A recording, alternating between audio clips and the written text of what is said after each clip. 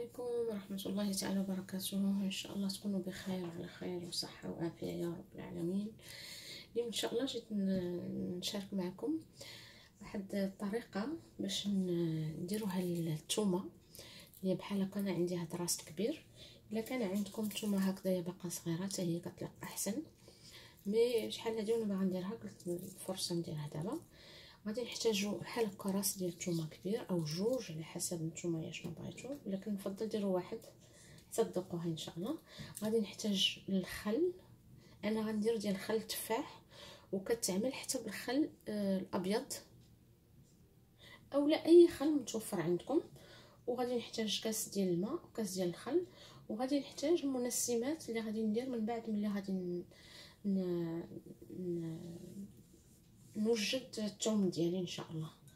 Bonjour, aujourd'hui je suis venue vous partager avec vous une façon de faire l'ail qui va nous permettre de manger de l'ail comme si on mange des olives, vraiment.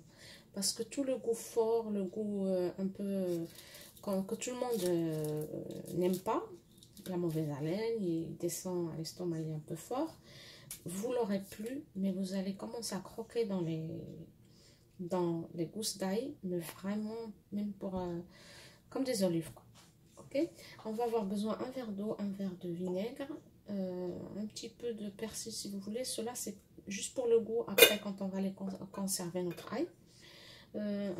Une feuille de laurier si vous en avez, un tout petit peu de sel. C'est tout ce qu'on va avoir besoin. Maintenant je vais allume mon gaz. غادي نشعل على البوطه ديالي، ندير كاس الماء وغادي ندير الخل ديال التفاح.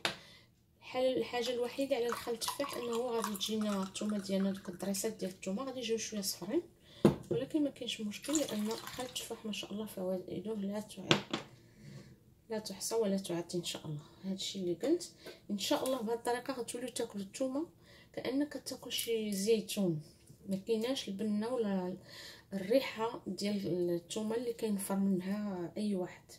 ان شاء الله غادي نقي الثومه ديالي هذا، غادي نخليه يغلي شويه ومن بعد غادي نرجع. بعد ما نقيت الثوم ديالي مع ندير رويسات شويه كبار قطعتهم، الا قطعتو على جوج الا قطعتو على 4. الخل ديالي والماء ها هو كيغلي، غادي نرمي فيه الثومه بحال هكذا وغادي نخليه واحد المده ديال 10 دقائق. غادي نقول لكم بالضبط كتبقى ملي كنخشي السكين في الثومه كتكون باقا شاده، ولكن راه سبحان الله سبحان الله غادي توليو تاكلوها اكل الزيتون.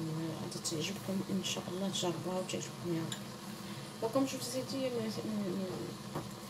mes frères et sœurs, c'est que j'ai épluché mon ail, mais comme j'ai mes gousses qui sont grands, j'ai coupé en deux. Il y en a que j'ai coupé même en 4. Mon vinaigre avec de l'eau, il est en ébullition, donc je l'ai mis à peu près, il va rester 10 minutes, mais je vais vous dire exactement les minutes. Il faut que l'ail reste quand même, quand on pique le couteau, elle reste un peu encore croquante.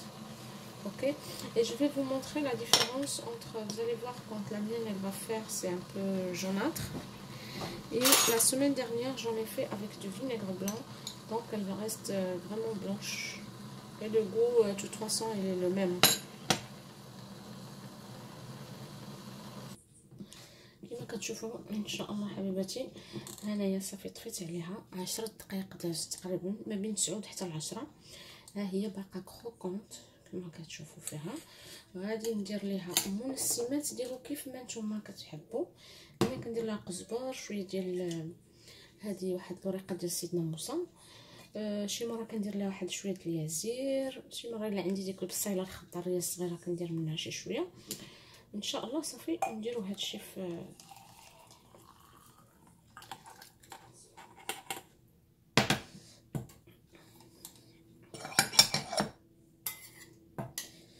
القريعه اللي درت ليه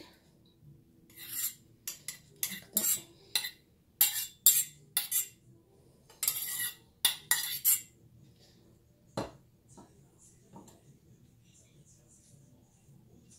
شويه عمرتها بزاف